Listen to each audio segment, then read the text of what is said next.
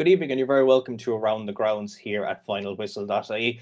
Another night jam-packed with action in both the Premier and the First Division. We had 5 games down for decision this evening, 3 in the Premier Division and 2 in the First Division. A split weekend this weekend with action tonight and, of course, tomorrow night to come as well. We start off our action tonight in Talca Park, where Shelbourne took on Shamrock Rovers in a Dublin derby. A big result tonight would see Shamrock Rovers claw back Derry City at the top of the table to 3 points, while Shelbourne were still looking for their first win of the season at home soil. Watching for us at Talca Park was Sean Crosby. Yes, well, Shelbourne's woes at home continue tonight. A late winner here for Rovers to win it 2-1. Shamrock Rovers got off to a perfect start, really, after just 2 minutes. Andy Lyons putting them 1-0 up. A quick counter-attack. Jordan McAneff losing the ball for Shells, and Richie Tell slipping in Andy Lyons to open up the scoring. And really, Rovers dominated the opening 45, toying with Shelbourne, really. Shelbourne, not a lot to say other than they were utterly dominated. Rovers didn't allow them any time on the ball. They really didn't allow them to breathe. It made the pitch as small as possible. Richie Tell, in particular, spearheading that intense pressing for them, but they couldn't convert any more chances. Graham Burke fired over the bar from close range, and Jack Byrne forced a good save from Brendan Clark. They went in a goal up at half time, probably a little bit disappointed not to be up by more, but they really looked so comfortable, and they started the second half off with the exact same manner. Utter domination, completely all over Shelbourne. But the game's next goal didn't come until the hour mark, and surprisingly it was for Shelbourne, completely against the run of play, a quick counter attack, and Cameron Ledwidge with a great cross to find Shane Farrell at the back post, who smashed home a volley to level the score for Shelbourne. And after that, the Shelbourne players and the Shelbourne crowd really rose to the occasion. Talca Park was in fine voice, and Shelbourne looked a lot more confident on the ball. But Rovers again kind of got going and provided most of the chance.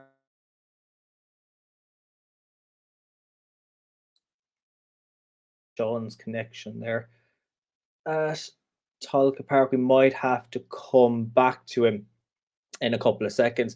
But what we'll do is we'll just go quickly to another game this evening that involved another Dublin team. That would be Bohemians. After claiming a big scalp midweek over Sligo Rovers, they were looking to continue their fine form.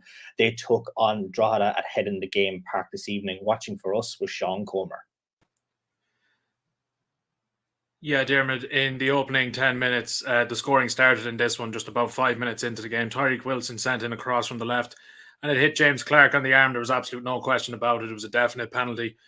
Dawson Devoy stepped up for Bowes and he slotted it in. Sam Long guessed the right way, but the ball just flew by him. It was mostly speculative efforts from Drogheda. In the first half, Dale Rooney had a long one, in particular, a half volley on the turn, which flew over. I suppose they had a good chance about 24 minutes in when a ball in was deflected and it felt a point in at the back stick, but his effort was straight at Jim Talbot in goals, who saved it. Nugent sent in a cross/shot around the 33-minute mark after a true ball from Dale Rooney. That was palmed away by Talbot, and that was about it in the first half for either side. And then in the second half, I mean, Bowes absolutely bossed possession, but they weren't getting many clear-cut chances. They looked like they could have had a spectacular one about 73 minutes in, when Flores, who was brought on as a sub, attempted an overhead kick. It kind of floated in, and you could see him lining it up, and you thought maybe he was about to score a screamer, but he just didn't get the right connection on it. In the 85th minute, they could have sealed it when Burt sent in a very nice low drill cross from the right-hand side, and another sub junior looked to get on the end of it, but his just couldn't get a connection. And if he had gotten a connection, it would have sealed the game, and that proved very costly when in the 89th minute against the run of play, Dylan Grimes bombed down the left and ran to the byline, and he pulled it back to Dean Williams, and he slotted into the bottom corner brilliantly. It was really one where Drogheda stole, I think, the point off Bowes. Bowes would be absolutely furious after all that possession that they couldn't get the win, really. They couldn't make more of it. For Drogheda, it looked like it was going to be another loss, and you were looking at the table and you thought it might get a bit bad for them. They could get dragged into a relegation scrap, but maybe a late equaliser like that just boost them these coming weeks. Perfect, Sean. Thank you for that report. Now we'll go back to Talca Park and rejoin Sean Crosby. I think the internet issues have resolved, and Sean can tell us the end of what he was saying anyway there. Yeah, it certainly seemed like as if Shamrock Rovers weren't going to be able to find a winner, but it was the substitutes that Stephen Bradley made that made all the difference for them. Danny Mandreu come off the bench, picked out Aaron Green, another substitute who'd only been on the pitch for a matter of moments on the edge of the area, and Green rifled the ball into the top corner past Brendan Clegg with just a minute of normal time left to make it 2-1 to Rovers and giving them all 3 points. The result means that they go just 3 points behind Derry City, who do have a game in hand for them. And it does mean, unfortunately for Shelburne, that is another. They go on without a win, missing out on a win at home this season. So it finishes here: Shelburne 1, Shamrock Rovers 2. Perfect, Sean. Thank you for that report from Talca Park. Now we'll quickly move to the first division. We had 2 games there tonight, the first of which involving Bray Wanderers and Trees United at the Carlisle grounds. Bray Wanderers not having the best of seasons so far. They currently sit in 6th position, trying to get a place in the playoff positions toward the end of the season. Trees United, of course, looking to continue their recent run of form with another big win this evening. Watching for us was Moshope Omeni. A rough first half and a slow burning second half.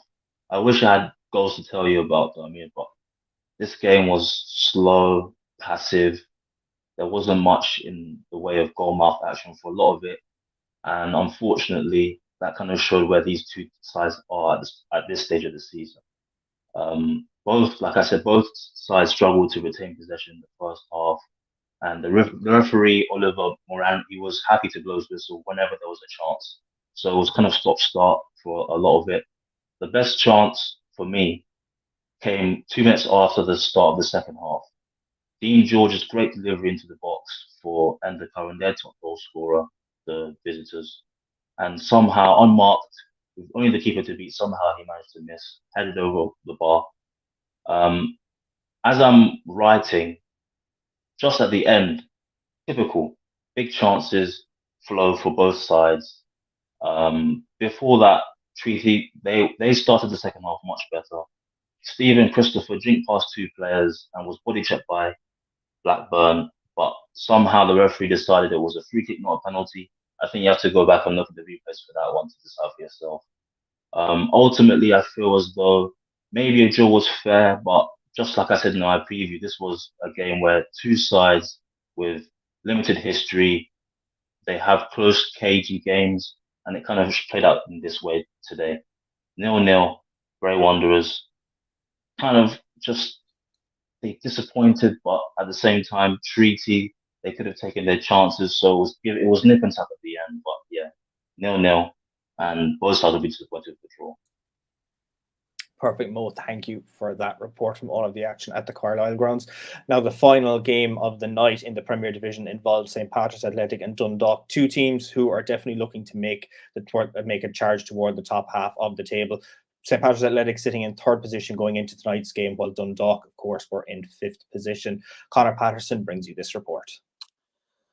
Well, Diarmuid, if both teams are looking to get back up to the top of the Premier Division, they didn't really show it tonight. Scoreless draw here at Richmond Park. A lively start from Pats, surprising given it was Stephen O'Donnell's return to Richmond Park since he left. He wasn't given a great reception from the Pats fans, but his team didn't respond. They took a long time to get going. It wasn't until after the half-hour mark that Dundalk really showed up. For the first half hour, Pats were lively. They were first to every ball. Billy King and Dara Burns were very lively on the wings. Joe Redmond at the back was spraying out passes to the wide men. Dara Leahy, left back for Dundalk, was having a very difficult time dealing with Dara Burns. Dara Burns got past him plenty of times, just they were missing that final ball. They were missing that little presence in the box in the first half. Second half started much the same. It was only really at the hour mark that we got our first chance. Dara Burns himself crossing in finds the head of Owen Doyle, acrobatically tipped over by Nathan Shepherd in the Dundalk goal. The tempo increased towards the end of the second half, but plenty of fouls from both teams as they looked to kind of impose themselves on the game. So as the tempo increased, it also kind of got scrappy again. With about 10 minutes to go, another kind of repeat of that Owen Doyle header, this time a diving header, which he should have done better. Straight to Carl Shepherd, who still had a lot to do, still tipped it over. Owen Doyle will be very disappointed. He feels if he could have got it either side of Shepherd, he would have got in. But those are key chance of the game. Probably the only real goal scoring chance. With about 83 minutes gone. So yeah, that was about it. Dara Burns is very strong for Pats. Nathan Shepherd very good in the Dundalk goal. As was Robbie Benson in centre midfield for Dundalk.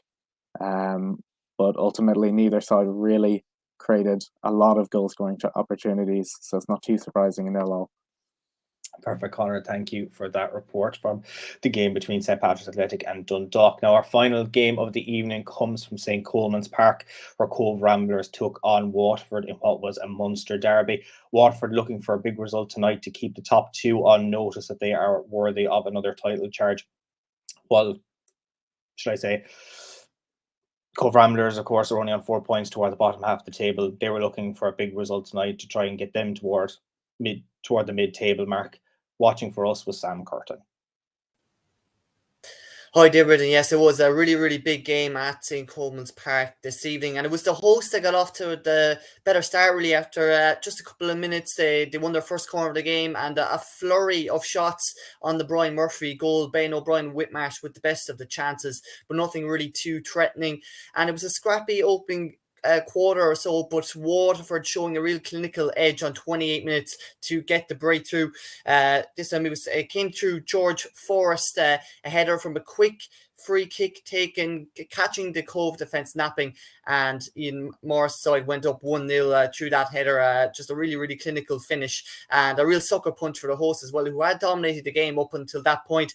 It got even better then for the Blues just before the break, a real killer blow in the context of the game, and kind of a carbon copy as well of the first goal.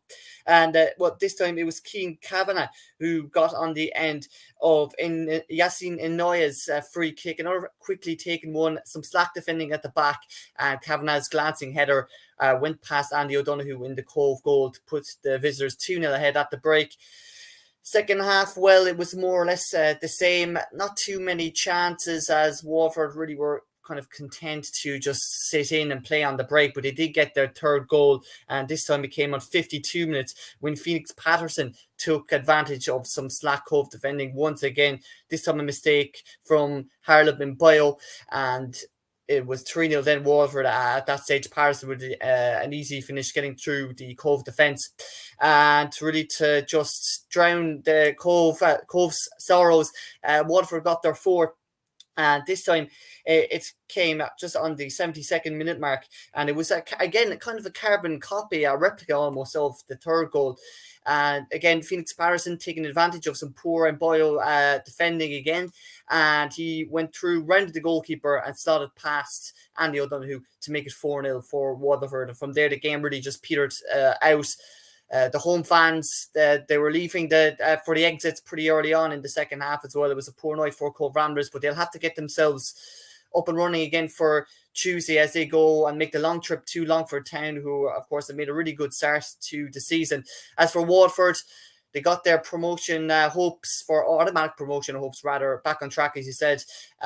They go to Galway next week, and while it's a crucial game, second versus third next Friday up in Waterford, actually, I think next week. So a huge game there for Ian Morris' side. But it finished this evening at St. Coleman's Park. Cove Ramblers 0, Waterford FC 4. Perfect, Sam. Thank you for that report. Now, another result this evening, a big result for the Irish women's soccer team, is that Slovakia and Finland drew 1-1 in Group A. A big result for Ireland, as both Finland and Slovakia have dropped 2 points. You'll see the league table there on your screen. Sweden, of course, sitting on top on 18 points. They have been unbeaten so far, while Ireland are on 7 points. Ireland, of course, face Sweden on Tuesday, the game live for you on RTE. But, of course, a big result there. A result that could see Ireland remain in second place should they get a win over Sweden, but definitely a tough order looking at that league table. Now, we'll just give a brief run through all of the results from the 5 games, of course, that were in action this evening. Drogheda 1, Bohemians 1, as we mentioned there on the report by Sean Comer. Bohemians not getting the result they wanted to, thanks to a late goal by Dean Williams. Shelburne, another defeat on home soil to their arch rivals, Shamrock Rovers. Big 2-1 win for Rovers, seeing them up to second place, just 3 points now behind Derry City in first place. St Patrick's Athletic and Dundalk playing out a scoreless draw there at Richmond Park. Bray Wanderers and Treaty United also playing out a scoreless draw at the Carlisle grounds, while Waterford, as Sam mentioned there, had a big 4-0 win over Cove at St Coleman's Park this evening. We'll just take a brief look now at the league table, starting with the Premier Division table, to see what way the standings are after tonight's action. And of course, Derry City, who aren't in action until tomorrow evening, are of course sitting on top on 20 points. Shamrock Rovers go up to second on 17, while St. Pat's and Dundalk occupy third and fourth spot respectively. No change, slight change, should I say, down at the bottom, as Drogheda are just a point better off this evening. They're on 9 points now, 3 ahead of Finn Harps toward the bottom half of the table. And we'll just look at the statistics as well from the Premier Division table, where Aidan Keena remains the top goal scorer. Jamie McGonigal, Will Patching and Graham Burke closing in on him, while it's Dean Williams, Stephen Bradley, Promise Omacheri, Patrick Hubin and Andy Lyons all on 3 goals apiece, slowly gaining traction there as well. And we'll just have a look at the clean sheet stats as well. In that regards, Nathan Shepherd of Dundalk on 5, tied level with Joseph Anang, with both keepers in action tonight, of course, in the scoreless draw between St. Pat's and Dundalk, while Brian Maher is in 4th, with Alan Manus closing the gap with 3 clean sheets this season. And we'll just take a look at the first division table with just the 2 games in action this evening. Cork and Galway, or Cork, of course, 19 points, top of the table. They don't play this week. Galway are in action tomorrow evening. They'll look to draw level, of course, with Cork at the top of the table. But Waterford's big result tonight, of course, seeing them just 2 points behind Galway should they not get a result tomorrow evening. Treaty United remaining in 4th position on 11 points. And we'll just take a look at the top scorer statistics as well from the first division, where Barry Coffey, and a brace by Phoenix Patterson tonight, of course, sees him up to 4 goals as well, with Rory Keating and Brendan O'Brien Whitmarsh on 4 as well, as is Junior Quintera and Enda Curran, Cian Murphy, Lewis Britton and Stephen Walsh and Dylan McGlade all on 3 goals there. And we'll just look at the clean sheets from the first division as well. David Harrington in the lead there on 6. Jack Brady gets a clean sheet this evening. He's up to 3 clean sheets. Stephen McGuinness on 3 and Brian Murphy on 2, as is Connor Kearns. Now, we do have action for you again on tomorrow evening. So we'll just take a look at the fixture list for the next upcoming games. So tomorrow evening, Finn Harps and Derry kicks off at 5:30, while Sligo and UCD kick off at 7:45. And as well, in the first division, we have Galway United taking on Wexford at 5 p.m. and Longford and Athlone kicking off at 7:30. And of course, we will be back tomorrow evening for another episode of Around the Grounds. We should be on around the same time, 9:45. But please turn on your notifications for when we will post that we will be going live with another episode of Around the Grounds. All of the action from tonight is also available on the Finalwhistle.ie website. We'll have all the match reports as well on the website from all of the 5 games this evening. We will be back tomorrow evening as well. Hopefully we will have you tuning in to us again tomorrow evening. But until then, goodbye.